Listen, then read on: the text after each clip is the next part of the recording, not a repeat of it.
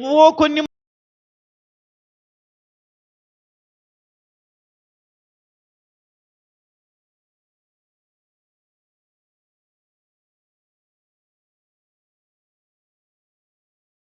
అన్నది చాలా ప్రాముఖ్యమైనది. హల్లెలూయా. అర్థమైందిగా నేను చెప్పేది? అందుకని ఈరోజు 5 విషయాలు చెప్తా. ఎన్ని విషయాలు చెప్తా? అందరు చేయి చూపించాలి ఇట్లా. అందరికి చేయి ఉంది, కుడి చేయి. అందరికి కుడి చేయి. ఎన్ని? 5 విషయాలు. ఏమిటంటే దీని హెడ్డింగ్ ఏం పెడదామంటే దేవుడు ఎలాంటి వారిని ఆశీర్వదిస్తాడు. దీని హెడ్డింగ్ ఏంటి? ఓ దేవునికి మహిమ కలుగును గాక. అందరూ ఒక్కొక్కసారి వాక్యం చదవడానికి మైక్ తీసుకోండి. మైక్లో చదివితే బాగా అనిపిస్తుంది నాకు. మైక్లో చదవకపోతే నాకు కొంచెం నచ్చదు. ఎందుకంటే వాక్యం అందరు వినాలా, అంతేనా కదా? దీనిలో దేవుడు ఎలాంటి వారిని దీవిస్తాడంటే మొదటిది దేవుని ఆజ్ఞలు పాటించే వారిని. ఏమిటి? రెండోది దేవుని యందు భయభక్తులు గలవారిని. రాసుకోండి, రాసుకునేవాళ్ళు. ఏంటిది రెండోది? దేవుని యందు భయభక్తులు కలిగేవారు. మూడోది నీతిమంతులు మరియు యథార్థవంతులను. ఏమిటంట? మూడోది ఏమిటి? నీతిమంతులు యథార్థవంతులు. నీతిమంతులన్నా యథార్థవంతులన్నా ఒకటే, అంతేనా కదా? నాలుగవది దేవునిపై నమ్మకం ఉంచిన వారిని, అంటే దేవుణ్ణి ఆశ్రయించే వారిని. నాలుగవది ఏమిటి? ఐదవది దీనులను, అంటే హృదయ శుద్ధి గల వారిని. ఏమంటావు? దీనులు. ఎన్ని చెప్పాను నేను? చెప్పానా? ఎందుకు మీతో మాట్లాడిస్తున్నానంటే మన సమయం ఏమిటంటే ఎక్కువ 11 అవుతుంది, మళ్ళీ నైట్ అంతా మనం మేలుకుండాలి కనుక మన సమయం ఎక్కువ కనుక అందుకనే మీకు మాట్లాడిస్తుంటా, అంటే మీరు వాక్యమును కనెక్ట్ అవుతారన్న విషయాన్ని నేను అందుకని మాట్లాడిస్తున్నా. అవునా కదమ్మా? అంతేనా కదా? అంతేనా? రైట్. దేవునికి మహిమ కలుగును గాక. ద్వితీయోపదేశ కాండం 5వ అధ్యాయం 6 నుండి 20 వరకు చూసుకుంటే దేవుడు ఇక్కడ ఇజ్రాయేలుకు కొన్ని ఆజ్ఞలు ఇచ్చాడు. ఏమిచ్చాడు? అందరు నిర్గమకాండం చెప్తుంటాను కానీ నేను కొంచెం ముందుకెళ్ళాలన్నట్టు ద్వితీయోపదేశ కాండం 5వ అధ్యాయం 6 నుండి 20 కొన్ని వచనాలు చదువుకున్నాం. మైక్లో చదువుకున్నాం. 5వ అధ్యాయం 6వ వచనం నుండి చదువుకున్నాం.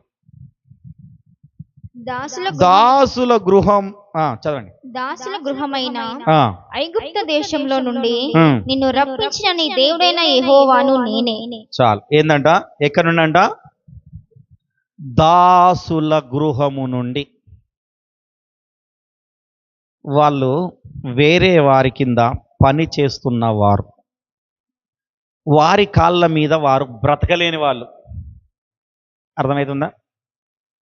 ఒకరికి బందీగా ఉన్నారు. మన జీవితంలో కూడా సాతానుకు చాలా మంది బందీగా ఉన్నారు. దేనికి? ఎంతమంది ఒప్పుకుంటారు? ఎంత కష్టం వచ్చినా, ఎంత నష్టం వచ్చినా కానీ ముందుకు నెట్టుకొని వెళుతున్నాము, కానీ గ్రోతింగ్ చూడట్లేదు, అంటే అభివృద్ధిని చూడట్లేదు. అర్థమవుతుందా? అంటే అభివృద్ధిని చూడకపోవడానికి గల కారణం ఏమిటంటే దేవుడు కొన్ని ఆజ్ఞలు ఇచ్చాడు. ఆ ఆజ్ఞలను పాటించకపోవడం వల్లనే మనం అభివృద్ధిని చూడలేకపోతున్నాం.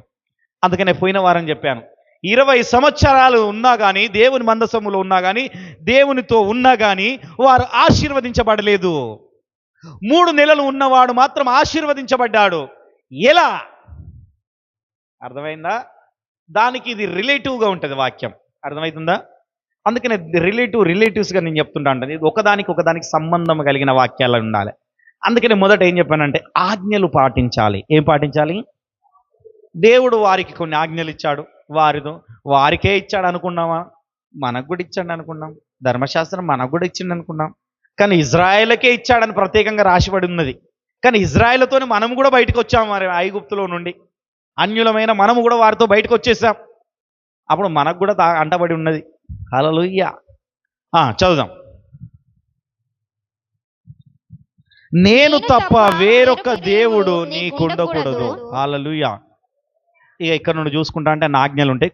కొంత దూరం చదివిన తర్వాత చూద్దాం. కంటిన్యూ చదవండి. చదివిన తర్వాత నేను చెప్తాను. చదువు. పైనున్న ఆకాశం అందే గాని, క్రిందనున్న భూమి అందే గాని, భూమి క్రిందనున్న నీళ్ళయందే గాని యుండును. దేని పోలికనైనా విగ్రహము చేసుకునకూడదు, వాటికి నమస్కరింపకూడదు, వాటిని పూజింపకూడదు. నీ దేవుడైన యెహోవాయగు నేను రోషము గల దేవుడను. నన్ను ద్వేషించు వారి విషయములో 3-4 తరముల వరకు తండ్రుల దోషమును కుమారుల మీదికి రప్పించుచు, నన్ను ప్రేమించి నా ఆజ్ఞలను గైకొని వారి విషయములో 1000 తరముల వరకు కరుణించువాడనై ఉన్నాను. ప్రార్థన చేసుకున్నాం. ప్రేమగల తండ్రి, దయగల యేసయ్య, కరుణగల రక్షక, దయాదాక్షిణ్య పూర్ణుడా, నీకు వేలాది కోట్ల వందనాలు, స్తుతులు, స్తోత్రాలు చెల్లించుకుంటున్నాం ప్రభువా. వాక్యం చెప్తుండగా తండ్రి ఏం మాట్లాడాలో ఏం మాట్లాడకూడదో నాకు నేర్పించండి ప్రభువా. నాలో నుండి మాట్లాడండి తండ్రి. మీరు నన్ను స్వాధీనపరచుకోమని వేడుకుంటున్నాం తండ్రి. వినగల చెవులు, గ్రహించగల మనసును కూడా వీరందరికీ దయచేయమని నాజరేయుడైన యేసు క్రీస్తు నామమున అడుగుచున్నాము తండ్రి. ఆమేన్. హల్లెలూయా, హల్లెలూయా, హల్లెలూయా. దేవుడు ఎలాంటి వారిని ఆశీర్వదిస్తాడంటే, దేవుడు తీసుకొచ్చిన తర్వాత నిన్ను ఏం చేస్తున్నాడంటే ఆ బాధలు, ఇరుకులు, ఇబ్బందుల నుండి ప్రభువు వారు తీసుకొచ్చి నిన్ను ఆయన పరిచయం చేసుకుంటున్నాడు. ఏం చెప్తున్నాడు? నేను తప్ప వేరొక దేవుడు నీకు ఉండకూడదు అన్న పరిచయం. జస్ట్ పరిచయం చేసుకున్న తర్వాత ఆయన ఏం చెప్తున్నాడంటే నీవు ఏ విధంగా ఉండాలన్న విషయాన్ని తెలియపరుస్తున్నాడు. ఏం చేస్తున్నాడు ఇండ విషయంలో అంటే, నీకు ఎక్కడ కానీ, భూమి మీదే కానీ, నీళ్ళ యందే కానీ, ఎక్కడ కానీ ఎవరు ఉండాలంట? నీకు దేవుడు మాత్రమే ఉండాల. యెహోవా, ఆయనను మాత్రమే నువ్వు ఆశ్రయించాలి, ఆయనతో మాత్రమే నువ్వు ఉండాలి. ఇవన్నీ స్టోరీలు మనకు అందరికీ తెలుసు. ఆయన చిన్న చిన్న ఇంట్రడక్షన్ ఇస్తుంటా దీంట్లో. అయితే ఈ ఉన్న తర్వాత దేవుణ్ణి నువ్వు ఆశ్రయించిన తర్వాత ఇది ప్రాముఖ్యమైనది. ఏమిటి? దేవుణ్ణి ఆశ్రయించిన తర్వాత చిన్న చిన్న తప్పులతోని, చిన్న చిన్న విషయాలతోని నీవు తప్పిపోయావనుకో, ఎన్ని తరముల వరకట? 4 తరముల వరకు శాపం ఉంటుంది. మంచిగా చదవండి. చదవలేదా? చూడండి 9వ వచనాన్ని చూడండి. వాటిని పూజింపకూడదు, వాటిని నమస్కరింపకూడదు. నీ దేవుడైన యెహోవాగు నేను రోషము గల దేవుడను. నన్ను ద్వేషించు వారి విషయంలో చాలు. ఇక్కడ చాలా ఆపుదాం. నన్ను ద్వేషించు వారి విషయంలో ఎన్ని తరములు అట? 3 తరములు అంటే మనం చూడగలుగుతాం అనుకుంటా నాకు తెలిసి. 4వ తరాన్ని చూడలేం. చూస్తామా? మా తాతను చూసిన నేను, మా నాన్నని చూసిన, ఇప్పుడు నేను, నా కొడుకు, 3 తరంలే. అంతేనే కదా? రైట్. మా తాత ఎవరో నాకు తెలుసు, మా నాన్న, తర్వాత నేను. ఇప్పుడు నా కొడుకు ఇంకా పెరిగితే వాడిని చూసినట్టు అవుతుంది. ఆ విషయం అయిపోతుంది. 3-4 తరముల వరకట దేవుణ్ణి ద్వేషిస్తే శాపం వస్తుందట. ఏమొస్తుంది? చాలామంది అంటారు దేవుడు నీకు ఏమి చేశాడని దేవుణ్ణి మనం అంటాము, కానీ నీవు దేవునికి ఏమి చేశావన్న విషయాన్ని అసలు గ్రహించరు. గుర్తుపెట్టుకో. ఏదో అన్నట్టు నువ్వు నాకేమిస్తే నేను నాకే అది ఇస్తా. అర్థమైందా? ఇప్పుడు ఉన్నారు ఇంటి పక్కన చుట్టాలు ఎవరన్నా ఉన్నారు, బంధుమిత్రులు ఉన్నారు, కానీ ఎప్పుడన్నా మన ఇంటికి చక్కెరకో, పప్పుకో, ఉప్పుకో, నూనెకో వాళ్ళు వచ్చిళ్ళనుకో, వాళ్ళకు మన దగ్గర ఉన్నది ఇంత పోసినాం అనుకో, ఇంకోసారి లేనప్పుడు కూడా వాళ్ళ దగ్గరికి వెళ్తే పోస్తారు. అవునా కదా? అంతేనా కదా? అంటే ఒకరికొకరు ఇచ్చిపుచ్చుకుంటాండ్రు. మరి దేవుడు ఏం కోరుకుంటున్నాడు? నీ హృదయాన్ని కోరుకుంటున్నాడు ఆయన. మరి నీ హృదయాన్ని నువ్వు ఆయనకి ఇయ్యకుండా, నీవు సరిగ్గా ఆయన ఎదుట నిలబడకుండా, ఆయన మొహం ముందట నువ్వు సరిగ్గా ఉండకుండా, అర్థమవుతుందా? అద్దం ముందట నిలబడితేనే నీ మొహం ఎలా ఉందో తెలుస్తుంది. అవునా కదా? అద్దం ఎవరు ఇప్పుడు? యేసుక్రీస్తు.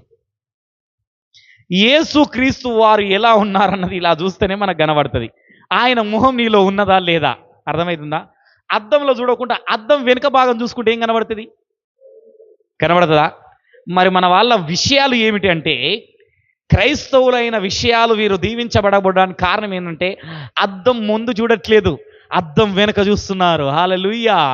ఎందుకు? అద్దం ముందు చూస్తే వీరి దోషం ఏమిటి, వీరి పాపం ఏమిటి అన్నది తెలిసిపోతుంది. అవునా కదా? మొహం కడిగినామా కడగలేదా, మొహానికి ఇంత పౌడర్ వేసినామా లేదా, దుసుకున్నామా లేదా అన్నది అద్దం ముందర చూస్తే కనబడుతుందా లేదా? చూసుకున్నప్పుడు సరి చేసుకోవాల్సి వస్తుంది. అవునా కదా? నేను అద్దాన్ని చూసుకున్నాను అనుకో, పౌడర్ లేదనుకో, ఇంత పౌడర్ పూసుకుంటా నా మొహానికి. దుసుకోలేదు, ఇట్లా చూసుకుంటా, అద్దం చూసినప్పుడు అలా ఏదో ఒకటి అనుకుంటా, లేదు ఇట్లా మిసాలని ఇట్లా అనుకుంటా, లేదా గడ్డం బాగా పెరిగినట్టుంది, గడ్డం తీసుకోవాలని చూసినప్పుడు ఏదో ఒక లోపం నాకు కనబడుతుంది, నా మొహంలో ఉన్నది. లేదా ఇంకా నీరసంగా ఉందా, ఉదయం లేవగానే అద్దం చూసుకుంటే కళ్ళ కూసులు వస్తుంటాయి, ఊసులున్నాయి, ఏదో ఒక లోపం అయితే కనబడుతుంది అద్దం చూసుకున్నప్పుడు. అద్దం ఎవరు? యేసుక్రీస్తు. అర్థమవుతుంది కదా నేను చెప్పేది? ఈ ప్రభువుల వారికి, ఎవరికి? నిన్ను బాధల నుండి, ఇరుకల నుండి, ఇబ్బందుల నుండి తీసివేసినప్పుడే నువ్వు ప్రభువుని నమ్మినవు. గుర్తుపెట్టుకో. ఊరికే ఎవరు నమ్మలే ప్రభుని. ఎవరైనా ఊరికే నమ్మిల్లా? ఎవరైనా నమ్మిన వాళ్ళు ఉన్నారు? అట్లా నమ్మిన వాళ్ళు ఉంటే చెప్పండి. నేనైతే ఊరికే నమ్మలే, గుర్తు చెప్తున్నా. నేను చచ్చిపోయేటోన్ని బ్రతికించిండు దేవుడు. 3 రోజులు కోమాలో ఉన్నా కానీ దేవుడు నన్ను కాపాడిండు, నన్ను లేవనెత్తి ఇక్కడ పెట్టిండు. కాబట్టి నేను ఈ బైబిల్ పట్టుకొని ప్రకటిస్తున్నా. హల్లెలూయా. నేను ఊరికే నమ్మలే. మేము ఊరికే ఉన్నప్పుడు మేము వేరే మతాన్ని స్వీకరించాం. హల్లెలూయా. అర్థమైందా? నా పేరు చెప్తా ఎవరికే, నా పేరు రంజిత్. ఎవరికి తెలియదు రంజిత్ అంటే. ఇస్మాయిల్ అని చెప్పండి, ఊర్లో ఎవరున్నా తీసుకొచ్చిన మా ఇంటికాడ చూపెడతారు. ఏమని చెప్తారు? అని ఇస్మాయిల్ అని పిలవండి, ఇస్మాయిల్ వాళ్ళ ఇల్లు ఎక్కడ అని చెప్పండి, తీసుకొచ్చి మా ఇంటికాడ చూపుతారు. రంజిత్ అంటే రంజిత్ ఎవరు అంటారు. చాలామందికి తెలియదు. అర్థమైందా? తెలియదా అట్లా. కానీ ప్రభువుల యొద్దకు వచ్చినప్పుడు నీవు ఎలా ఉంటున్నావు అనేది చాలా ప్రాముఖ్యమైనది. ఇంత ఖచ్చితంగా మీకు ఎవరు చెప్పుంటారో నాకు సంబంధం లేదు. కానీ దేవుడు నా మదిలో పెట్టాడు. నన్ను సరిచేసిన దేవుడు మిమ్మల్ని అందరినీ కూడా సరి చేస్తాడని నేను నమ్ముతున్నాను. నన్ను ఆశీర్వదించిన దేవుడు మిమ్మల్ని అందరిని ఆశీర్వదిస్తాడని నమ్ముతున్నాను. నాకంటే ఎక్కువగా మిమ్మల్ని ఆశీర్వదిస్తాడని నమ్ముతున్నాను. హల్లెలూయా. హల్లెలూయా. నా దగ్గర 100 రూపాయలు ఉంటాయి, మీ దగ్గర 1000 రూపాయలు ఉంటాయి. హల్లెలూయా. ఎప్పుడు ఉంటాయి తెలుసా? ఎప్పుడు ఉంటాయి తెలుసా? నీ అద్దం ముందటికి వచ్చినప్పుడు. హల్లెలూయా. ఎప్పుడు ఉంటాయి? అద్దం ముందుకు నువ్వు వచ్చినప్పుడు. అద్దం అనగా ఇప్పుడు ఎవరు? క్రీస్తు. హల్లెలూయా. హల్లెలూయా. నీవు దేవుడు రోషము గల దేవుడని నువ్వు ఎప్పుడైతే గుర్తిస్తావో, ఎప్పుడు రోషము గల దేవుడు. ఉజ్జియా ముట్టుకోగానే చనిపోగానే భయం వేసింది దావీదుకో. పోయిన వారం చెప్పాను కదా, రోషం గల దేవుడు. క్షమించచ్చు కదా, మరి ఎందుకు క్షమించలేదు? 20 సంవత్సరాలు కాపాడిన ఆయన కుటుంబంలో ఉన్నా కానీ దేవుడు క్షమించలేదు. ఆయన రోషము గల దేవుడని నువ్వు ఎరగట్లేదు. అర్థమవుతుందా? ఆయన రోషము గల దేవుడు. 1 కాదు, 2 కాదు, 3 కాదు, 4 తరముల వరకు శాపాన్ని ఉంచుతా. హల్లెలూయా. కానీ ఆయన అద్దం ముందటికి వెళ్ళి నీవు సరి చేసుకుంటే ఎన్ని తరములట? 1000 తరముల వరకు దీవెనట. 1000 తరములు అంటే నీ తాత ముత్తాతలు కూడా. హల్లెలూయా. అసలు నీకు తెలియదు ఆ దీవెన వచ్చేసిందంటే. హల్లెలూయా. అందుకనే కొద్దిమంది వెనకట వాడుతున్నారు, అరే వానికి తాత ముత్తాతల నుండి మరి ఇంట్లో ఏసు లేదురా భయ్ అంటారు. అర్థమైందా? ఈ పదం ఎప్పుడైనా విన్నారా? గుర్తుపెట్టుకోండి. ఎప్పటి నుండి లేదట? పెళ్లి చేసినప్పుడు 7 తరాలు అటు చూడాలా, 7 తరాలు ఇటు చూడాలా. ఇప్పుడు ఎవరు చూడట్లేదు, ఉద్యోగం ఉంటే చాలనుకుంటున్నారు. హల్లెలూయా. అప్పుడు ఎందుకు అన్నారు? అప్పుడు 7 తరాలు ఎందుకు చూశారు? 7 తరాల నుండి వారి జీవితం ఎలా ఉన్నది అన్నది చూసుకున్నారు. గుర్తుపెట్టుకోండి. అందుకనే వాళ్ళు దీవించబడ్డారు. అర్థమైందా? గుర్తుపెట్టుకోండి. ప్రతి దానికి ఒక రీజన్ ఉంటుంది. వెనకటి వాళ్ళు ఏదైనా ఒక సామెత తప్పుగా చెప్పాల. అర్థమైందా? వెనకటి వాళ్ళు చెప్పారంటే కొన్ని అనుభవించి చెప్పిన వారు ఉన్నారు. అయితే ఇక్కడ ఏమంటున్నాడంటే ఆయన దీవెనైతే ఇప్పుడు చదువుదామా? 3-4 త్వరగా. ఇదే 5వ అధ్యాయము. ఇప్పుడు 3-4 తరముల వరకు. నీ దేవుడైన యెహోవా నామమును వ్యర్థముగా ఉచ్చరింపకూడదు. యెహోవా తన నామమును వ్యర్థముగా ఉంచు వారిని నిర్దోషముగా ఎంచడు. నీ దేవుడైన 9వ వచనాన్ని చదవండి. 9వ వచనాన్ని నీ దేవుడైన యెహోవా నేను రోషము గల దేవుడను. నన్ను ద్వేషించు వారి విషయములో 3-4 తరముల వరకు ద్వేషిస్తా. తండ్రుల దోషమును ఉమ్, కుమారుల మీదకి రప్పించుచు ఆ, నన్ను ప్రేమించి ఆ. నా ఆజ్ఞను గైకొను వారి విషయములలో ఇది చాలా ప్రాముఖ్యమైనది. నన్ను ప్రేమించి నా ఆజ్ఞలు గైకొను వారి విషయములో 1000 తరముల వరకు ఆశీర్వాదం. ఇది ప్రాముఖ్యమైనది. మొదటనేమో దేవుని నేత ఏం చేస్తున్నారు? వ్యర్థముగా మాట్లాడుతున్నారు. వ్యర్థమా, ఇష్టం వచ్చినట్టుగా. దేవుడు నాకు ఏం చేసిండయ్యా? రేపు దేవేందర్ అనొచ్చు, ఏం చేసిండయ్యా దేవేందర్? నాకు దేవుడు నాకు పెళ్లి చేస్తలేడు, ఏం చేస్తలేడు, అసలు నాకు ఏం చేసిండు ఎప్పుడు దేవుడు? ఇంతగానం నేనైతే మారు మనసు పొందినా కానీ ఏం చేసిండు అన్న పదం వచ్చింది అనుకో, ఆయనలో ఇంకా ఏమున్నది అన్నట్టు. వెనక ఏమన్నా ఇక్కడ అందరి ముందట అయితే తాగుతలేడు కానీ వెనక ఏమన్నా తాగుతుండేమో, ఎవరికి తెలియకుండా చెట్ల చాటుకు పోయి చెట్ల చాటుకు పోయి ఏమన్నా గుట్కాలు తింటుండేమో, చెట్టు చాటుకు పోయి ఏమన్నా అంబర్లు తింటుండేమో, సిగరెట్లు తాగుతుండేమో. అంటే మగవారి విషయం కాబట్టి చెప్తున్నా. ఆడవారి విషయం అనుకోండి, బూతులు మాట్లాడుతున్నారేమో, ఇరుగు పొరుగు వాళ్ళ మీద ఊకే సాడీలు చెప్తున్నారేమో. వీళ్ళకి ఇవి ఎక్కువ అలవాట్లు ఉంటాయి. అర్థమైందా? మీకు ఉండే మీరు బాధపడకండి అనవసరంగా. మా పాస్టర్ అట్లంటుండ అనకండి. హల్లెలూయా, మీరందరూ మంచి వాళ్ళు, దేవునికి మహిమ కలుగును కాక. ఇలాంటి మనసులో పెట్టుకొని ఇవన్నీ మనసులో ఉండి ఇవన్నీ చేస్తున్న తప్పులు ఉండి దేవుని యొద్దకు వచ్చి, ప్రభువా నీవు నన్ను ఏమి ఆశీర్వదించినవు, 20 ఏళ్ళ నుండి చర్చి ఉడతానా, 20 ఏళ్ళ నుండి లైట్లు వేసినా, 20 ఏళ్ళ నుండి చర్చి మీద మొత్తం పని చేసినా, ఈ చర్చిలే నా జీవితం సగం జీవితం పోయింది 20 ఏళ్ళల్లా, మరి ఏంది నాకు ఆశీర్వాదం? మరి నీ అద్దం ముందుకు అత్తే కదా నీ ఆశీర్వాదం ఏదని తెలిసేది. అంతేనా కదా? ఎక్కడికి రావాలే? యేసు యొద్దకు వచ్చి నువ్వు ఆయనకు నిర్దోషిగా నువ్వు కనబడుతున్నావా లేదా? నిన్ను తీసుకొచ్చిన స్థితిలో నుండి ఏ స్థితిలోనైతే నిన్ను తీసుకొచ్చిండో ఆ స్థితిని జ్ఞాపకం చేసుకొని ఆయనను నువ్వు స్తుతిస్తున్నావా లేదా?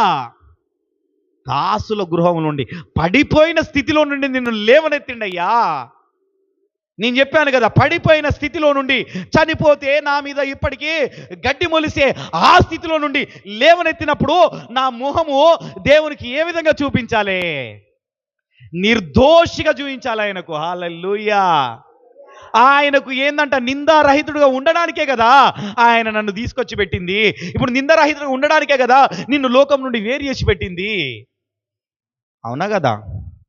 అప్పుడు కదా దేవుడు దీవిస్తాడు నిన్ను. అర్థమవుతుందా దేవేందర్? బాధపడుతున్నావా? నీ పేరు వాడుకున్నాను. హల్లెలూయా. దేవుడు నిన్ను దీవించును, ఆశీర్వదించును గాక. ఏందంటే నీవు దేవుని మాటను కూడా శ్రద్ధగా ఆలకించాలి. ఏం ఆలకించాలి?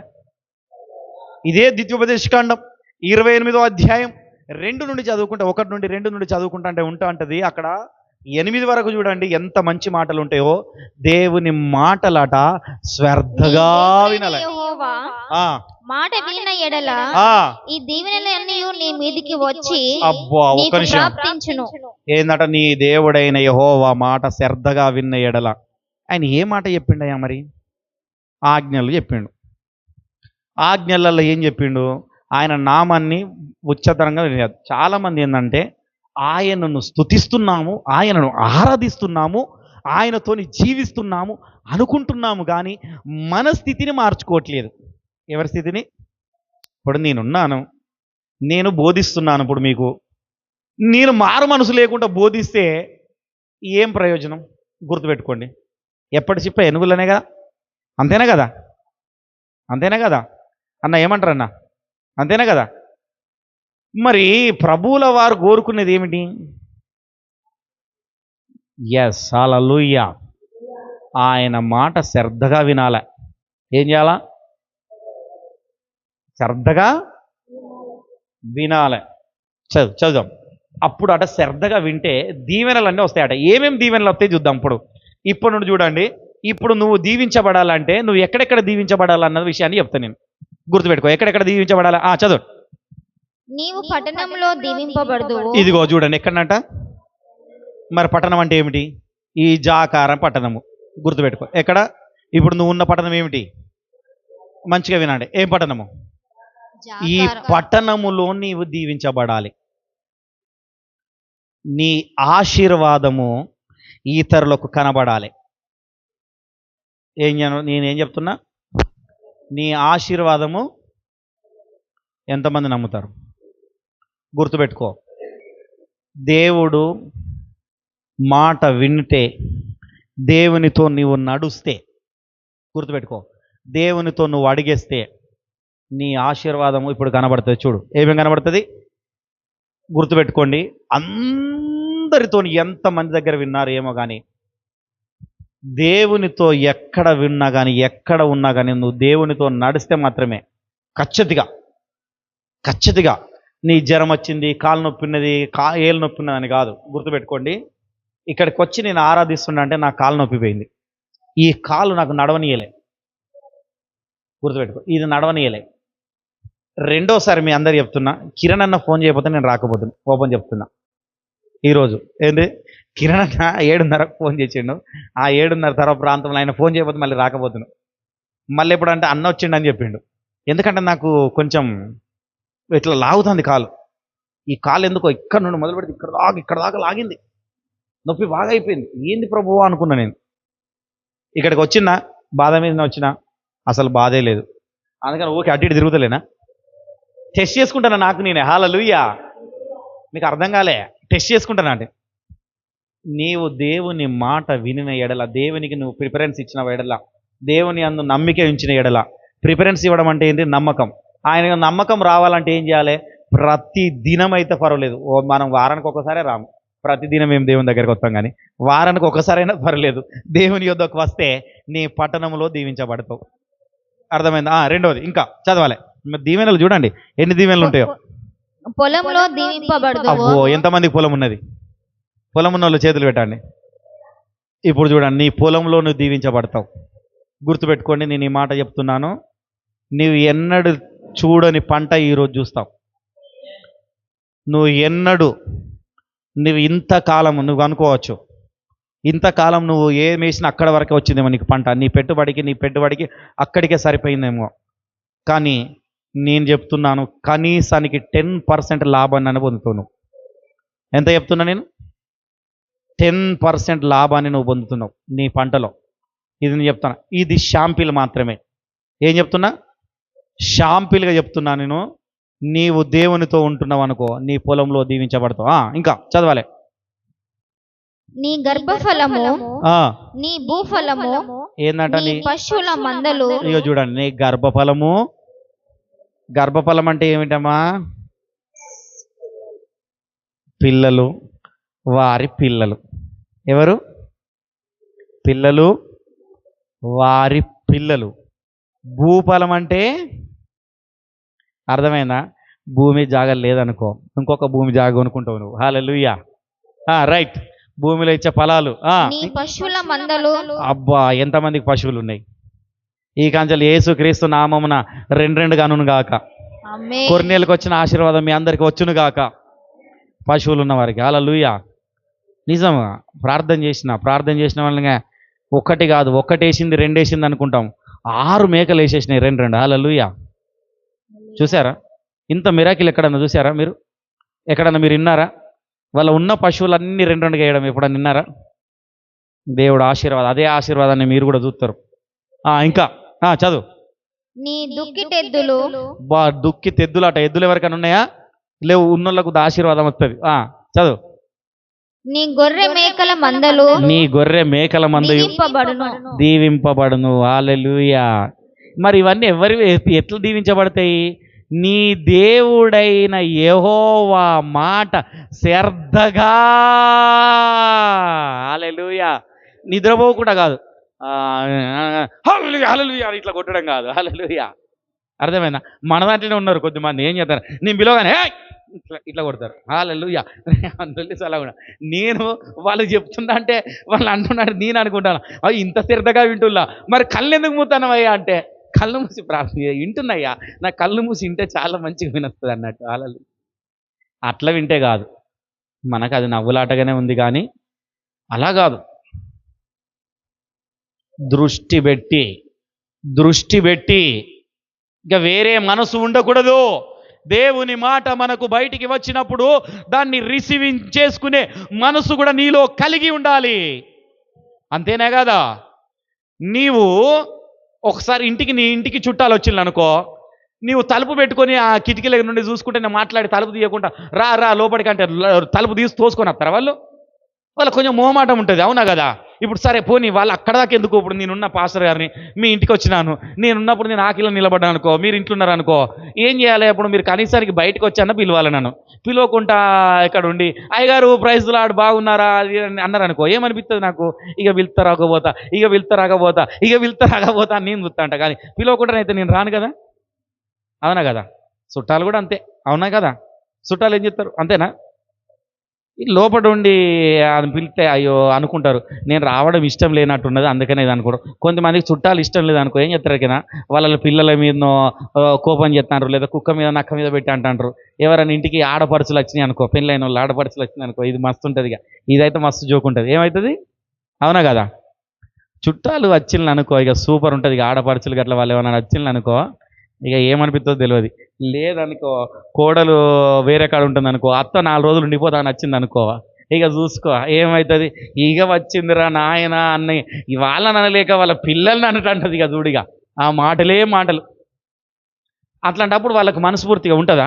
రావాలనిపిస్తుందా? పోనీ ఉంటుందా? దేవుడు కూడా అంతే. నీవు ఆహ్వానిస్తేనే, ఏమంటి ఆహ్వానించాలా? హృదయం అనే తలుపు వద్ద నిలుచుండి నేను తట్టుచున్నాను, ఎవడైనను నా స్వరము విని, ఏమంటున్నాడు? ఆయన స్వరమును విని, అంటే ఆయన మాట విని, ఆయన వాక్యము విని, అర్థమవుతుందా? నీ హృదయాన్ని తెరిస్తే, ఏం తెరిస్తే? హృదయాన్ని తెరిస్తే అప్పుడు లోపలికి వస్తాడు. కావలసిన దీవెనలు, ఇప్పుడు కనబడ్డ దీవెనలు అన్ని ఇస్తాడు. ఇదే కదా శ్రద్ధగా వినడం అంటే. ఏదో లేదు వస్తున్న పోతున్న ఓరామచిలుకలాగా అంటే వస్తుందా? రాదు. క్లాసులో 20 మంది చదువుకుంటుంటారు. క్లాసులో కాలేజీలో నీ స్ట్రెంత్ ఎంతోమంది ఉన్నారు? 20 మంది ఉంటారు. అన్నితో చదువుకోవడానికి 50 మంది ఉంటారు. కానీ దాంట్లో చదివే వాళ్ళు బాగా చదివేటోళ్ళు శ్రద్ధగా విని 1 2 3 అంతేనా కదా? ఎంతమంది ఉంటారు? 100 మంది క్రైస్తవులు ఉన్నారు, కానీ 100 మంది దీవించబడట్లేదు. దాంట్లో కొద్ది మందే దీవించబడుతున్నారు. ఎందుకు? దేవుని మాట శ్రద్ధగా వినట్లేదు, దేవుని నామమును వ్యర్థముగా పలకరిస్తున్నారు. ఒక్కదానికే ఇంతసేపు పడితే చూడు, ఇంకా 4 చెప్పాలి. హల్లెలూయా. గుర్తుపెట్టుకోండి, అర్థమవుతుందా? ఎందుకు వ్యర్థముగా ఉచ్చరించడం అంటే ఏమిటో తెలుసా? నీలో మార్పు లేకుండా, నీలో పాపం ఉంచుకొని నన్ను దీవించాలంటే ఎక్కడి నుండి దీవిస్తాడు? అంతేనా కదా? అంటే ఒక ఎగ్జాంపుల్, ఒక మాట చెప్తా. ఇప్పుడు మనకు పొలంలో ఇంతకుముందు ఎద్దులు దున్నేది, అంతే కదా? దానికి ఒక కాలు దెబ్బ తాకింది అనుకో ఎద్దుకు, ఆ 3 కాళ్ళతో దున్నుతుంది. అది కుంటుకుంటా ఎంత దూరం నడుస్తుంది? ఒకవేళ నువ్వు ఇబ్బంది పెట్టినావు అనుకో, పాస్టర్ ఊకే ఇబ్బంది పెట్టినా అనుకో, పాస్టర్ బాధ చూడలేక ఒకసారి వచ్చి ఇంత కానికేసిపోదామని వస్తాను అనుకో అన్నట్టు. అర్థమైందా? ఏమన్నట్టు? కుంటి ఎద్దుతో ఎంతకాలం వస్తే ఏం దున్నుతావు నువ్వు, అవునా కదా? మరి వచ్చేది ఎక్కడికి వస్తాను? మరి పొలంకే పోయింది, అది కూడా దున్నడానికే. అర్థమవుతుందా? పొలానికి తీసుకుపోయాను, కానీ కుంటిది. అర్థమైందా? అంటే ఏదో ఒక్కదానికి లోపం ఉన్నది. మనిషిలో కూడా లోపం ఉన్నది గనకనే దీవెనలు బయటికి వస్తలేవు. లేకపోతే నీ తండ్రి దగ్గర అనేకమైన ఆస్తి ఉన్నది, గుర్తుపెట్టుకో. ఆ ఆస్తిని పొందుకోవాలంటే నీ పద్ధతి ఏమున్నదని దేవుడు చూస్తున్నాడు. నీకు ఇయ్యాలా లేదా అని చూస్తాడు. ఒక కుమారుడికి 2 ఉన్నారనుకో, ఒక తండ్రికి 2 కుమారులు ఉన్నారనుకో, ఒకడు తాగుబోతాడు, ఒకడు మంచోడు ఉన్నాడు అనుకో. ఏం చెప్తాడు? ఆస్తి అంతా మంచోడికి అప్పచెప్తారే, వాడు తాగుబోతారా, వాడికి ఇస్తే ఖరాబ్ చేసుకుంటాడు, అంతా నువ్వే చూసుకొని ఇస్తాడు. అంతేనా కదా? ఇతర అయ్యడా నీ దాంట్లోకి వానికి ఇంత తీరా అంటాడు. అంతే, ఏం లేదు. దీన్ని ఇంకో ఎగ్జాంపుల్ ధన్యతలు కూడా తీసుకోవచ్చు, తలాంతులు కూడా తీసుకోవచ్చు. 5 తలాంతులు, 2 తలాంతులు, 1 తలాంతు ఇచ్చినవాడు ఉన్నాడు. గుర్తుపెట్టుకోండి, మత్తయి సువార్తలో ఉంటుంది. 5 తలాంతులు ఇచ్చినవాడు 5 సంపాదించుకున్నాడు, 2 ఇచ్చినవాడు ఇంకో 2 సంపాదించుకున్నాడు, 1 ఇచ్చినవాడు భూమిలో నాటి పెట్టేసిండు. ఏం చేసిండు? మళ్ళా అక్కడ ఏమంటాడంటే, నీవు విత్తను చోట కోయివాడవన్న నాకు తెలుసు, నీ గుణం ఏందో నాకు తెలుసు, మరి తెలిసి ఎందుకు రాబోయి నువ్వు ఇంకోటి సంపాదించుకోలేదు? అర్థమైందా? దేవుడు నిన్ను దీవిస్తాడని తెలుసు, మరి ఆ దీవెనలు ఎందుకు పొందుకుంటలేవు? అది నేను అడుగుతున్న క్వశ్చన్ ఈ సాయంకాలం. అర్థమవుతుందా? నేను అడిగింది నీకు అర్థమైందా? దేవుడు నిన్ను దీవిస్తాడని తెలుసు, దేవుడు నిన్ను ఆశీర్వదిస్తాడని తెలుసు, కానీ ఆ దీవెనలు నువ్వు ఎందుకు పొందుకుంటలేవు? అంటే నీలో ఏదో ఇంకా కుట్ర ఉన్నది, ఏదో ఒకటి ఉన్నది, ఒక మూలన ఉన్నది, నీకు తెలియకుండానే నీకు ఉండొచ్చు ఆ ముళ్ళును కూడా నువ్వు సరి చేసుకున్నప్పుడే నీవు దీవించబడతావు. దాంతోపాటు యెహోవా ధర్మశాస్త్రం అనుసరించాలి. ఓకేనా? హల్లెలూయా. 119 కీర్తన ఒకటి చదవండి. చాలా పెద్ద కీర్తన ఒకటి చదవండి. అమ్మ కోసేపు నిలబడు కోసేపు, మీరిద్దరు నిలబడండి. హల్లెలూయా. చదవండి 119 కీర్తన ఒకటి. యెహోవా ధర్మశాస్త్రం అనుసరించి నిర్దోషంగా నడుచుకుని వారు ధన్యులు. ఏందంటమ్మా? ఇదిగో ఇది ధర్మశాస్త్రము. ఈ ధర్మశాస్త్రమును అనుసరించి దీన్ని పట్టుకొని దీంతోనే నడుచుకుంటూ ఉండి దీని ఎదుట నిర్దోషముగా ఉండాలంట. అంటే ఏ తప్పు కనబడద్దు దీన్ని పట్టుకున్నాక.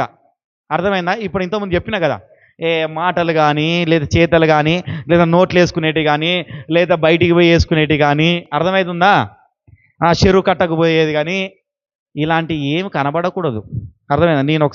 నేను మొన్న సాక్ష్యం చెప్పాను కదా, నేను ఎవరికి తెలియకుండా ఎక్కడికి పోయేది నేను. అర్థమైందా?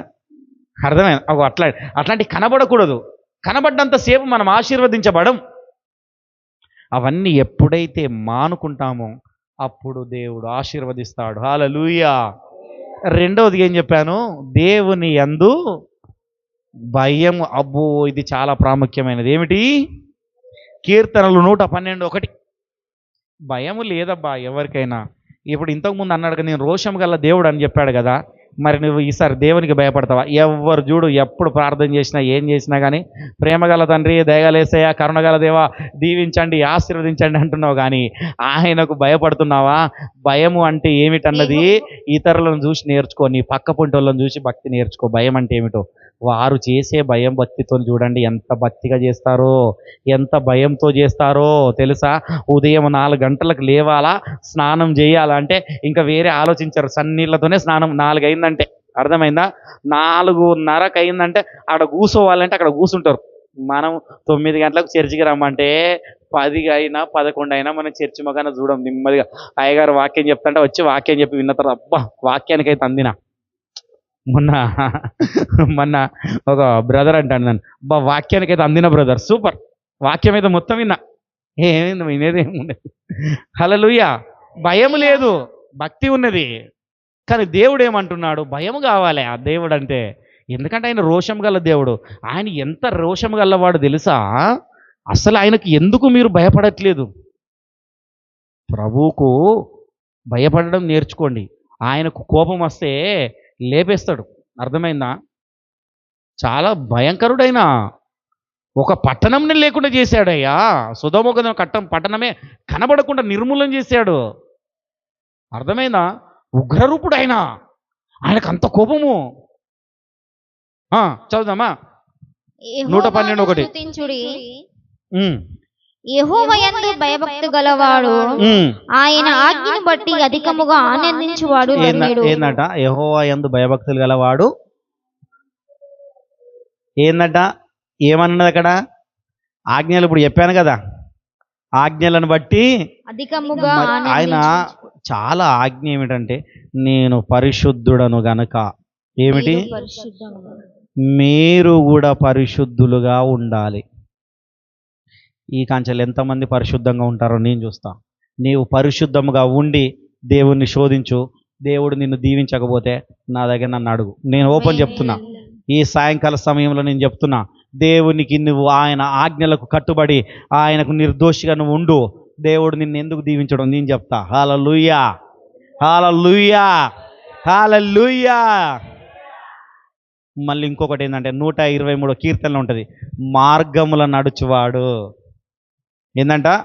చదువుదామా ఒకసారి 123:1. ఆయన మార్గము ఆకాశమందు ఆసీనుడై ఉన్నవాడా, నీ తట్టు నా కనులు ఎత్తుచున్నాను. 128 అనుకుంటా, సారీ 128. యెహోవా యందు భయభక్తులు కలిగి ఆయన త్రోవల యందు నడుచు వారందరూ ధన్యులు. ఎవరంట? యెహోవా యందు భక్తులు కలిగి. భయం ఉండాలి, భక్తి ఉండాలి, ఆయన త్రోవలో నడవాలి. చూడండి ఎన్ని చెప్తున్నాడు? 3 విషయాలు చెప్పిండు. ఎన్ని విషయాలు? భయం, భక్తి. భయం 1, భక్తి 2, ఆయన త్రోవలు త్రోవల నడవాలి. మరి ఎవరు నడిచారు? ఆనోకు నడిచాడు. ఎవరు నడిచారు? నడిచాడా లేదా? ఇంకొకరు తెలుసా? అబ్రహాం కూడా నడిచిండు, భయపడ్డాడు దేవునికి. ఎవరు చూద్దాం ఒకసారి. స్వయంగా దేవుడు చెప్పిండు. 22 ఆదికాండం 22:12 స్వయంగా దేవుడు చెప్పాడు. 22:12 త్వరగా తీయాలి. ఆదికాండం 22:12. ఎలా భయపడ్డాడు అబ్రహాం? ఏ విధంగా భయపడ్డాడు చూద్దాం. ఇక ఇప్పుడు అప్పుడు చూడండి. ఆయన ఆ చిన్నవాని మీద చెయ్యి వేయకుము. ఏందంట? ఎవరు ఆ చిన్నవాడు? ఇసాక్. నీకు ఒక్కగాని ఒక కొడుకుడు అయిన ఇసాకును నాకు బలి కావాలని అడిగాడు. ఏమని అడిగాడు దేవుడు? మరి అడిగినప్పుడు ఈయన అనుకోవచ్చు కదా, నేనే 100 సంవత్సరాలకు నువ్వు ఇయ్యక ఇచ్చినవు, నేను 66 సంవత్సరాలకు నువ్వు నన్ను పిలిస్తే 100 సంవత్సరాలకు ఇచ్చినావు, ఇన్ని సంవత్సరాలు వెయిట్ చేసినాక మళ్ళీ ఇచ్చినావు, మళ్ళీ ఇప్పుడు ఎందుకు అడుగుతున్నావయ్యా అనొచ్చు కదా. ఒక్క మాట అనండి, అనొచ్చు కదా. కానీ ఆయన దేవునితో నడిచాడు. ఏం చేశాడు? దేవునితో నడిచాడు, దేవునికి భయపడ్డాడు. ఎందుకంటే ఆయనకు తెలుసు ఆయన విషయంలో జరగకూడనిది జరిగినది. అర్థమవుతుందా? నీ విషయంలో కూడా జరగకూడనిది కూడా జరుగుతున్నా కానీ నీవు దాన్ని గ్రహించలేకపోతున్నావు. ఏమిటో తెలుసా జరగకూడదు అంటే? ఒక సింపుల్గా ఒక రాకెత్త, నేను గుర్తుపెట్టుకో. వెళ్తున్న ప్రయాణంలో నువ్వు వెళ్ళి తిరిగి ఇంటికి వస్తావన్న నమ్మకం లేదు, కానీ నువ్వు క్షేమంగా ఇంటికి వస్తున్నావు. అర్థమైందా? మొదటి ఇంకోటి చెప్తా. మొన్న అన్నకు జరిగిన సంఘటన. మొన్న పొలం కాడికి పోయాడు. ఏం పోయాడు? అంతేనా కదా? పొలం కాడికి పోయినప్పుడు ఏం జరిగింది? ఆయన క్షేమంగా ఇంటికి వచ్చాడు. జరగకూడనిది జరిగినా కానీ ఇక్కడ దేవుని కార్యం జరిగిందా జరగలేదా? అర్థమైందా? చూడండి, మనం విన్న తర్వాత నువ్వు వేరే అనుకోవద్దన్నా, ఇలాంటి చాలా మంది విని జరిగిపోయిన ఎన్నో చూసినాం మనం. అవునా కదా? ఇలాంటి విన్నారా? వినలేదా? నేనైతే చాలా విన్నా. నేను విన్నా, నేను చదివిన కూడా, పేపర్లో కూడా. జరగకూడనివి కూడా జరిగినాయి. ఈ అబ్రహాం కూడా ఆయన విషయంలో జరగకూడనిది జరిగింది కనుక కుమారుని పట్టుకొని పోయిండు. ఏం చేసిండు? ఎక్కడికి పోయిండు? ఆయనతో నడిచిండు. నడవమన్నాడు. ఆ పర్వతం కనబడుతుంది, అక్కడ దాకా నడువయ్యా. ఇక నడుతూనే ఉన్నాడు. ఇక నడుతూనే ఉన్నాడు. నడు, ఎడిపోతాడు, నడువు. మరి నువ్వు ఎవరితో నడుతున్నావు? నీవు దేవునితో నడుస్తున్నావు అనుకో, ఏమవుతుంది? నువ్వు దేవునికి భయపడుతున్నావు అని తెలుస్తుంది. నువ్వు దేవునితోనే నడతలేవు, దేవునికి ఏం భయపడతావు? వత్తన్న ఓ రామచిలుకలా ఉంటే కదురు. అర్థమైంది? ఇక్కడ ఏమంటున్నాడు చూడండి, చదవండి, చూడండి, మంచిగుంటది. నాకు వాక్యం ఇది భలే అనిపిస్తుంది. అప్పుడు ఆయన ఆ చిన్నవాని మీద చెయ్యి వేయకుము. ఆ చిన్నవాని మీద చేయవేయకు, అతన్ని ఏమీ చేయకు. నీకు ఒక్కడై ఉన్న నీ కుమారుని నాకు వెనుక తీయలేదు గనక. అవ చూసినవా? నీకు ఒక్కడైన కుమారుణ్ణి ఇవ్వడానికి నాకు వెనుక తీరలేదు కనుక నీది ఒక్కటైన జీవితం ఇయ్యక ఇచ్చిన నీ జీవితం భూలోకమందు ఆ జీవితాన్ని నాకు సమర్పించడానికి వెనక తీయలేదు కనుక. ఇప్పుడు చూడండి, ఇప్పుడు అర్థమవుతుంది. భయపడు వాడవని. అబ్బా, చాలు, ఒక్క నిమిషం ఆపుదాం. గుర్తుపెట్టుకోండి, జీవితం ఒకటే, ఉన్నది ఒకటే జిందగీ. చాలా మంది అంటారు, విన్నారా ఎప్పుడన్నా? ఉన్నది ఒకటే జిందగీ. అర్థమైందా? ఈ జీవితం పోతే రాదు. కొంతమంది బాల్యం పోతే రాదు, యవ్వనం పోతే రాదు. అవునా కదా? ముసలి వాళ్ళకి యవ్వనం రమ్మంటే వస్తుందా? రాదు. ఈ ఉన్న ఒక్కగానొక్క జీవితాన్ని దేవునికి ఇయ్యడానికి వెనక తిరగకూడదు. అంటే నీ జీవితాన్ని పరిశుద్ధముగా ఉంచడానికి వెనక తీయలేదు గనక నీవు దేవునికి భయపడుతున్నావు గనక నీకేం ఆశీర్వాదం కావాలనో అది నేను ఇస్తా. అర్థమైందా? ఇప్పుడు ఈయన ఏమన్నాడు? ఒక్కగాను ఒక కుమారుణ్ణి వీయడానికి నువ్వు వెనుదిరగలేదు గనక నీవు దేవునికి భయపడుతున్నావని నేను ఎరుగుదును. దేవదూతలు వచ్చి నీ గురించి ఈ సాక్ష్యము చెప్పగలిగినవి ఉన్నప్పుడు పరలోక దీవెనలు నీ యొద్దకు వస్తాయి. హల్లెలూయా. నేను అందుకని ఒక మాట, ఎప్పుడు ఒక మాట చెప్తుంటాను, పరలోక రాజ్యాన్ని ఏ విధంగానైనా సంపాదించుకోవచ్చు. నువ్వు చివరి క్షణంలో కూడా మారు మనసు క్షమించుకోవచ్చు. ఈ వాక్యం దేవుని చిత్తమైతే నెక్స్ట్ వారం మన ఆదివారం వాక్యం మాట్లాడుకుందాం. సంపాదించుకోవచ్చు, కానీ ఈ భూమి యందు ఆశీర్వాదాలు సంపాదించుకోవడానికి చాలా కష్టపడాలి. అర్థమవుతుందా? కూర్చోండి, కాళ్ళు లాగుతూ కూర్చోండి. నిద్రపోవాలని నిలబెట్టాను అంతే. నీ మీద కోపం మీద నిలబెట్టలే. హల్లెలూయా. కోపపడ్డాడు, మా అయ్యగారు కోపం వచ్చింది నిలబెట్టిండేమో అనుకోకండి. అంతేనా? ఓకేనా? గుర్తుపెట్టుకోండి. ఏమంట, అబ్రహాము అక్కడ ఉన్నదా లేదా? ఉన్నదా లేదా? చదివారా? ఉన్నదా? మా సహోదరి చెప్తాంది, మా సిస్టర్ చెప్పింది ఉన్నదని. ఉన్నదా? దేవుందరు ఉన్నదా? నారదన, నీవు దేవునికి భయపడినావు గనుక. ఉన్నదా లేదా? చూడండి, మళ్ళీ ఒకసారి చదవండి. నీవు దేవునికి భయపడు వాడవని ఇందువలన నాకు కనబడుచున్నది.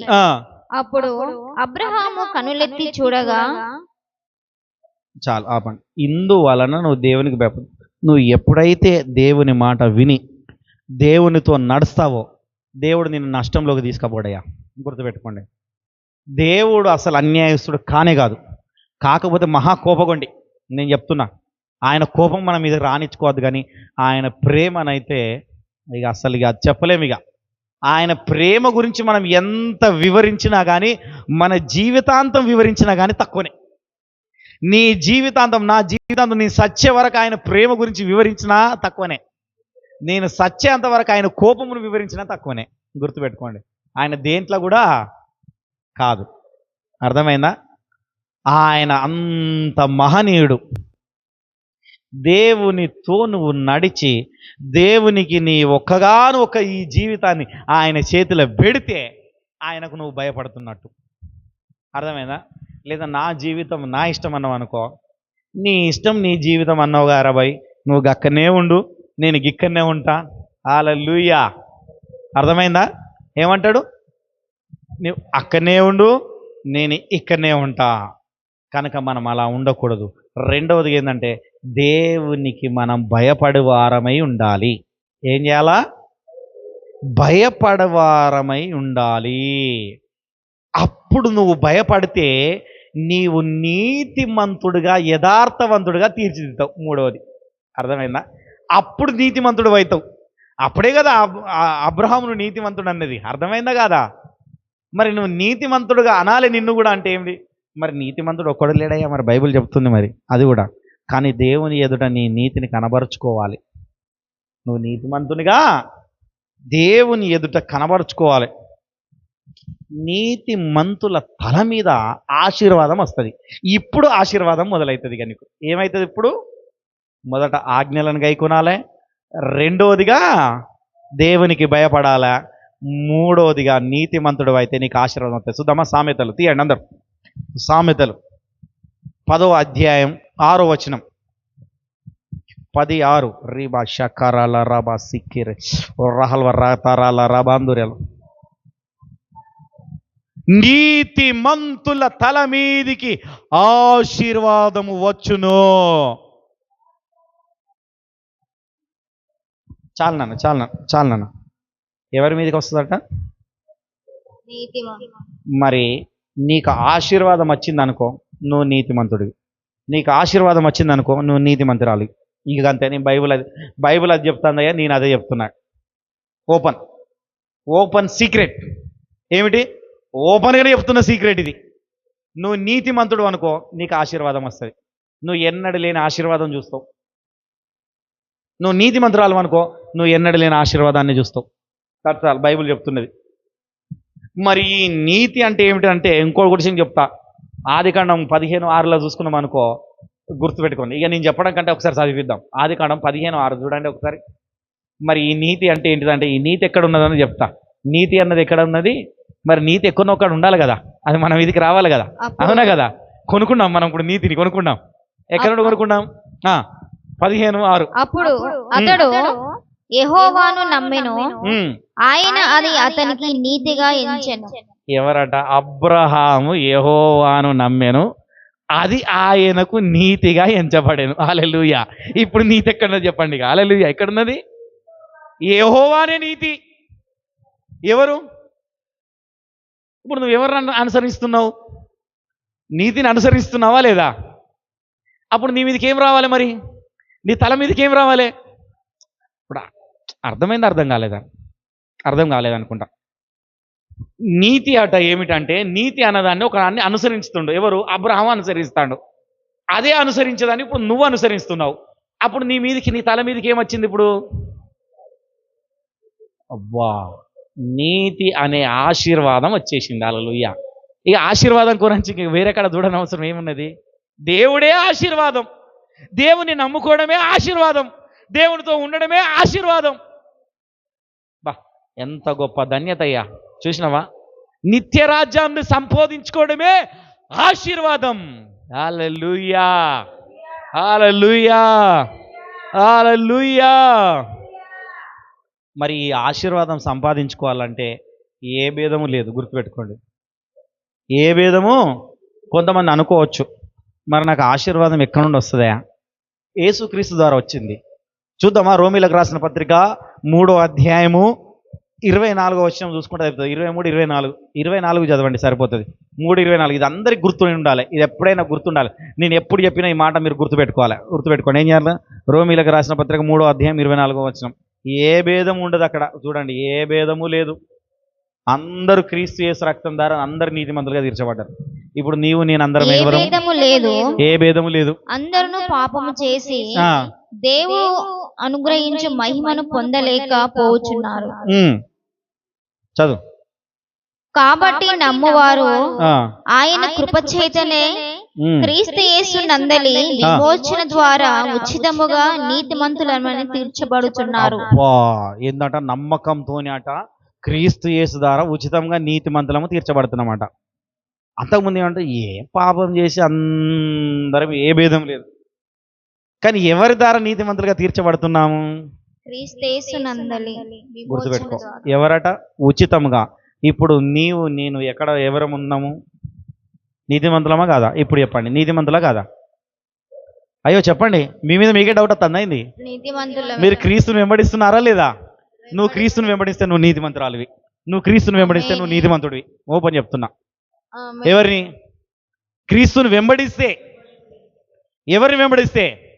క్రీస్తును వెంబడిస్తే మీరు నీతిమంతులైతారు. హల్లెలూయా. హల్లెలూయా. మళ్ళీ తర్వాత యెహోవాను నమ్ముకొనివాడు ధన్యుడు అని కూడా ఉంటుంది. 4వది ధన్యత. ఇర్మీలకు రాసిన ఇర్మియా గ్రంథము 17వ అధ్యాయం 7వ వచనం ఒకసారి చూడండి. దేవునిపై నమ్మకం ఉంచుతాం అంటే ఇది. చూడండి, త్వరగా ముగిస్తాను. నేను త్వరగా ముగిస్తాను. ఇంకొక 5 minutesలో ముగిస్తాను. ఇంకా క్లుప్తంగా ఇవ్వకుండా షార్ట్గానే ఇస్తున్నాను ఇప్పటికే, ఎందుకంటే సమయం అవుతుంది కనుక షార్ట్గానే ఇస్తున్నాను. క్లుప్తంగా యెహోవాను నమ్ముకొనువాడు ధన్యుడు. ఎవరటబ్బా? యెహోవా వానికి ఆశ్రయముగా ఉండును. అబ్బా, నమ్ముతున్నాం అనుకున్నవారా? నమ్ముకున్నవాడా? యెహోవాను నమ్ముకొనువాడు. ఎవరట? మరి నమ్ముకుంటున్నామా నమ్ముకుంటలేమా? ఎంతమంది నమ్ముకుంటాను యెహోవాను? అమ్మ, నువ్వు నమ్ముకుంటలేవా? అక్కడ ఏమనున్నది? యెహోవాను నమ్ముకున్నవాడు ధన్యుడు, ఆయనను. యెహోవా వానికి ఆశ్రయముగా ఉండును. ఇక చూడండి ఎట్లా ఉంటాడంటే ఆశ్రయముగా. ఇట్లా నిన్ను కాపాడుకుంటూ వస్తా అంటాడు. నిన్ను కాపాడుతున్నాడు దేవుడు. అంటే ఏంటిది? కోడి తన పిల్లలను ఎలాగైతే రెక్క కింద దాచిపెట్టునో యేసుక్రీస్తు కూడా నిన్ను ఆ విధంగా దాచిపెడుతున్నాడు. నీకు ఏది గుట్టినా నీకేం కాదు. అర్థమైందా? నువ్వు అన్నిటిని తొక్కి పట్టేసుకుంటూనే పోతా అంటావు. అది నీ జీవితం ఇట్లా ఇట్లా ఇట్లా ఇట్లా వచ్చిపోతుంటా అంటే ఎందుకు? నీవు యెహోవాను నమ్ముకున్నావు గనక నీవు ఆశీర్వదించబడుతున్నావు. యెహోవా నీకు ఆశ్రయ దుర్గముగా ఉన్నాడు. ఇలా పట్టుకొని నడిపిస్తున్నాడు. ఏం చేస్తున్నాడు నిన్ను? ఎట్లా? ఇప్పుడు నేను కూడా ఇంటారు ఒక ఇలా పట్టుకొని ఇట్లా నడుచుకున్నట్టుగా. అర్థమైందా? ఎట్లా వీళ్ళు ఎట్లా ఉంటారంటే, మనం ఎక్కడ చూస్తామంటే కొత్తగా పెళ్ళైన వాళ్ళని చూడండి. అర్థమైంది? ఎప్పుడైనా చూసారా కొత్తగా పెళ్ళైన? ఇట్లా కాకుండా మన సిటీలో ఉన్న వాళ్ళు అనుకో, పార్కులలో చూస్తే సరిపోతుంది. ఇక పార్కులు గీర్కులలో చూడండి. ఇక చూడండి ఎట్లా ఉంటారంటే ఇక ఒకరికొకరు ఉన్నట్టేగా. ఒకరి దాంట్లో ఒకరు వదిలిపెట్టరు. అర్థమైందా? మన హైదరాబాద్లో అయితే బాగుంటాయి. నేను 14 సంవత్సరాలు తిరిగిన హైదరాబాద్లో ఉన్నా కదా. హైదరాబాద్లో అయితే సూపర్ చూడొచ్చు ఇట్లాంటి. హల్లెలూయా. నీవు ప్రభుతో ఆ విధంగా ఉండాలి. ఎవరితో? నమ్ముకోవడం కాదు. నమ్ముకునేవారు ఎవరైనా నమ్ముకుంటారు. ఆయనతో నడవడం చాలా ప్రాముఖ్యమైనది. యేసుక్రీస్తును చాలా మంది నమ్ముతున్నారు, కానీ ఆయన మాత్రం ఆశ్రయించేవారు తక్కువ. ఆశ్రయించే మనుషునికి దీవెన. That's all. బైబిల్ చెప్తున్నది ఏంటిది? దేవుణ్ణి నమ్ముకుంటే కాదు, దేవుణ్ణి ఆశ్రయించి ఆయనతో నడుస్తే నీవు దీవించబడతావు. అర్థమైందా? ఆయనతో అంటుకట్టబడితే నువ్వు దీవించబడతావు. 5వదిగా హృదయ శుద్ధి గల వారు ధన్యులు. మత్తయి సువార్త 5వ అధ్యాయం. హల్లెలూయా, హల్లెలూయా. 5వ అధ్యాయం 3వ వచనం చూద్దాం. ఆత్మ కూడా అన్నట, ఆత్మ విషయమై అని ఉంటుంది అక్కడ. 5:3లో ఒక మాట ఉంటుంది. ఇక చాలా, ఇది ఒక 2 నిమిషాలు చెప్పి ముగిస్తా, ప్రార్థనలోకి వెళ్ళిపోదాం. 2 నిమిషాలు చెప్పి నేను ముగిస్తాను. రీబా షకరాల రబా రహల్వరి కటాల రబందురాల రబాస్య రిహల్వరి కరాల రబ. అయితే ఒక్క నిమిషం ఇక్కడ నేను చెప్తున్నాను, గుర్తుపెట్టుకోండి. యెహోవాను నమ్ముకున్న తర్వాత గుర్తుపెట్టుకోండి, యెహోవాతో నడవాలి అంటే ఆయన ఎలాంటి వాడో తెలుసుకోవాలి. ఇదొక్క విషయాన్ని చెప్తా. ఒక్క నిమిషం అయినా చూడండి, ఆలోచించండి. ఒక 5 నిమిషాలైనా కొంచెం రెస్ట్ తీసుకోండి, ఏం బాధపడకండి. కీర్తనలు 34:8 ఒక్కసారి చెప్తాం. నమ్ముకోవడం అంటే చూడండి, 34:8 కీర్తన చూడండి. ఇది ఒక్క విషయాన్ని నేను మర్చిపోయాను అనుకో, మళ్ళీ దేవా యేసయ్యా నీకు స్తోత్రములు. రీబా కరాల రబా జకెతరల హలోటే హెసరలి. యెహోవా ఉత్తముడని అబ్బా యెహోవా ఉత్తముడని రుచి చూసి తెలుసుకొనుడి. అబ్బా, ఎండాకాలం మామిడికాయ పచ్చడి ఎంతమంది పెట్టారు? ఎంత మంచిగుందా లేదా? పెట్టిన తర్వాత రుచి చూసిందా లేదా? చూడలేదా? స్వప్న ఆంటీ చూసిందట, రుచి చూసిందంట. ఆంటీ మీరు చూడలేదా? హల్లెలూయా. యెహోవా ఉత్తముడని రుచి చూసి తెలుసుకొనుడి. ఏ విధంగా ఆయన ఇచ్చే ఆశీర్వాదము ఏది ఉన్నదో చూసి ఆయన ఎలాంటి వాడో చూసి తెలుసుకో అంటున్నాడు. చూడకుండా కాదు, ఆయనతో నడవలనా వద్దా అన్న విషయము ఆయనను చూసి నేర్చుకో, తెలుసుకో. చాలామంది రక్షించబడకపోవడానికి కారణము మనమే. ఎవరు? నీవు యెహోవాను ఉత్తముడుగా చూడట్లేదు. ఎవరిని చూడట్లేదు? నీ పక్కన వారు కానీ, నీతో స్నేహితుడు కానీ, నీతో ఉండువారు కానీ రక్షణలోకి రాలేదంటే కారణం మనమే. గుర్తుపెట్టుకోండి. మీరు ఒప్పుకున్నా ఒప్పుకోకపోయినా నేనైతే ఒప్పుకుంటా. దానికి నేను ఒప్పుకుంటా. ఎందుకంటే నేను ఉత్తముడనని రుచి చూసిన తర్వాత నా ఆశీర్వాదం ఎలా ఉంటుందో చూపించాను కదా. ఎక్కడెక్కడ ఆశీర్వాదం ఉంటుందో. ఆశీర్వదించబడిన తర్వాత ఇంకోళ్ళు ఎందుకు రారయ్యా, ఆటోమేటిక్గా వస్తారు. అవునా కదా? అందుకనే నేను అంటాను, నాతో సహవాసం చేసిన వాళ్ళు ఆశీర్వదించబడాలని నేను ప్రార్థన చేస్తాను. వాళ్ళు ఏ విధంగా ఆశీర్వదించబడాలనో కూడా నేను వాళ్ళకు నేర్పిస్తుంటా. నేను అప్పుడప్పుడు ఫోన్ చేసి మాట్లాడేది అందుకనే. దేవుడు నేను ఊరికైనా ఎవరికి ఫోన్ చేయను. నాకు వచ్చే ఫోన్లకే నేను సరిపోదు. వీళ్ళకి ప్రార్థన చేస్తుంటే అదే సరిపోదు. కానీ నేను ఎవరికన్నా ఫోన్ చేసిందంటే దేవుడు నాతో చెప్తానే చేస్తాను. ఊరికే చేయను నేను. నాకు ఊరికే టైంపాస్ చేసి మాట్లాడబుద్ధి కాదు నాకు. లేదనుకో ఒక్కసారి ఎవరైనా ఫోన్ చేసినా కానీ నాకు పన్ను తర్వాత చేస్తాంట. దేవేందర్కి ఎన్నోసార్లు చెప్పినట్లా. ఆయన ఫోన్ చేసినప్పుడు దేవేందర్ నాకు పని ఉండదు, నేను తర్వాత చేస్తాను అని చెప్పి అయిపోలేదా? నాకు అది అంతే. ఇక నేను అంతేగా, పని లేకున్నా పని ఉండదంట ఓపెన్. ఎందుకంటే మాట్లాడడం ఇష్టం లేకపోతే. కానీ గుర్తుపెట్టుకోండి, దేవుణ్ణి తెలుసుకున్న తర్వాత నీ ఆశీర్వాదాన్ని చూసి ఇతరులు కూడా రావాలి. ఎవరు రావాలి? నీ ఆశీర్వాదం నీవు చూడాలి అంటే నీవు దేవుడు అంటే ఎవరో తెలుసుకోవాలి. ఆయనను రుచి చూసి ఎరుగుతేనే కానీ దాన్ని వదిలిపెట్టవు. ఏదైనా హోటల్కి పోయావనుకో, ఫుడ్ నచ్చిందనుకో, మళ్ళీ అటు సైడ్ వెళ్ళినప్పుడు అదే హోటల్కి వెళ్తావు. అవునా కదా? నీకు ఏదైనా వస్తువు నచ్చిందనుకో, దాన్ని తీసుకునేదాకా నీకు పట్టుబడవు. అంతేనా కదా? ఇక మా బిందు సిస్టర్ అయితే ఏదైనా కావాలనుకో, వాళ్ళ డాడీ తెప్పించేదాకా అసలు వదిలిపెట్టదు. నాకు అది కావాలి డాడీ, నువ్వేమన్నది, నువ్వు ఎక్కడన్నా అప్పు చేస్తావో నాకు సంబంధం లేదు, నాకైతే కావాలి అది. నువ్వు ఏం చెప్తావో నాకు సంబంధం లేదు. అంతేనా మమ్మీ? రైట్, చూసినా ఒప్పుకుంటాను. హల్లెలూయా. అంతే, నిజము, జోక్ కాదు. ఎవరైనా అంతే. ఎందుకు? ఆ వస్తువు మీద కానీ దాని మీద కానీ వీరికున్న ఇంట్రెస్ట్, నమ్మకం. మరి ప్రభువుల మీద నీకు నమ్మకం లేదే, నువ్వు ఆయనను రుచి చూసి తెలుసుకోవట్లేదా? మరి ఎందుకు నీకు ఆశీర్వాదం రావట్లేదు? అంటే నువ్వు ఆయనను నమ్మనట్టుగా నమ్ముతాను. పోనీలే, అంతేనా కదా? అందరూ చదువుకుంటాను, నేను చదువుకుంటాను, నా స్కూల్కి అయితే పోయేస్తాను.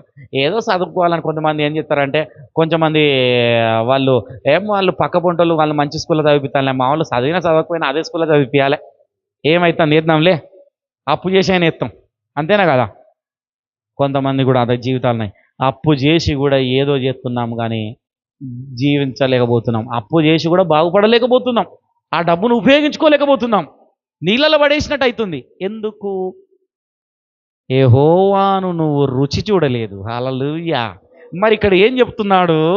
యెహోవా ఉత్తముడని రుచి చూసి తెలుసుకొనుడి. ఈ కాంచెలు నువ్వేం చేయాలా?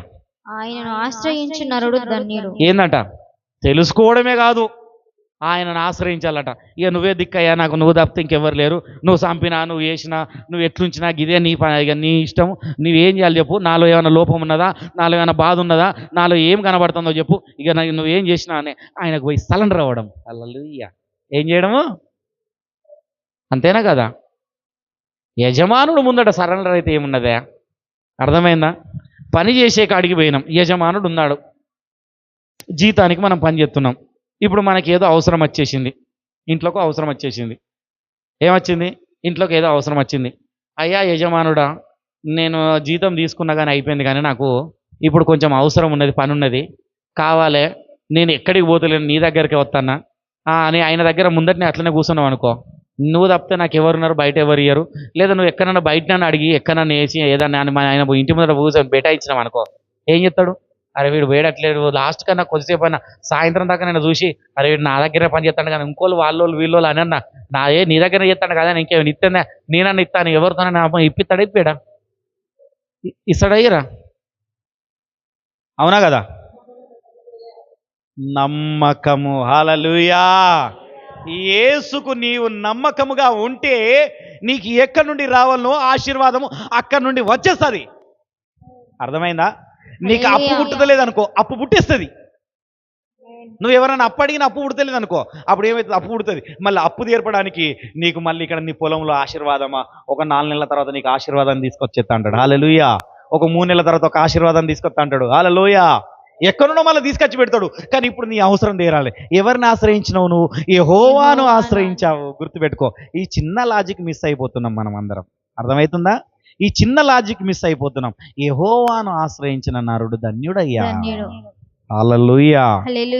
అందుకనే ఆయనను ఆశ్రయించాలంటే నీ హృదయములో నీ ఆత్మనాట ఏంటంటే దీనత్వం ఉండాలట. అంటే నీ ఆత్మ ఆయన పాదాలు పట్టుకొని వదిలిపెట్టద్దా, యాకోబు పట్టుకున్నట్టుగా.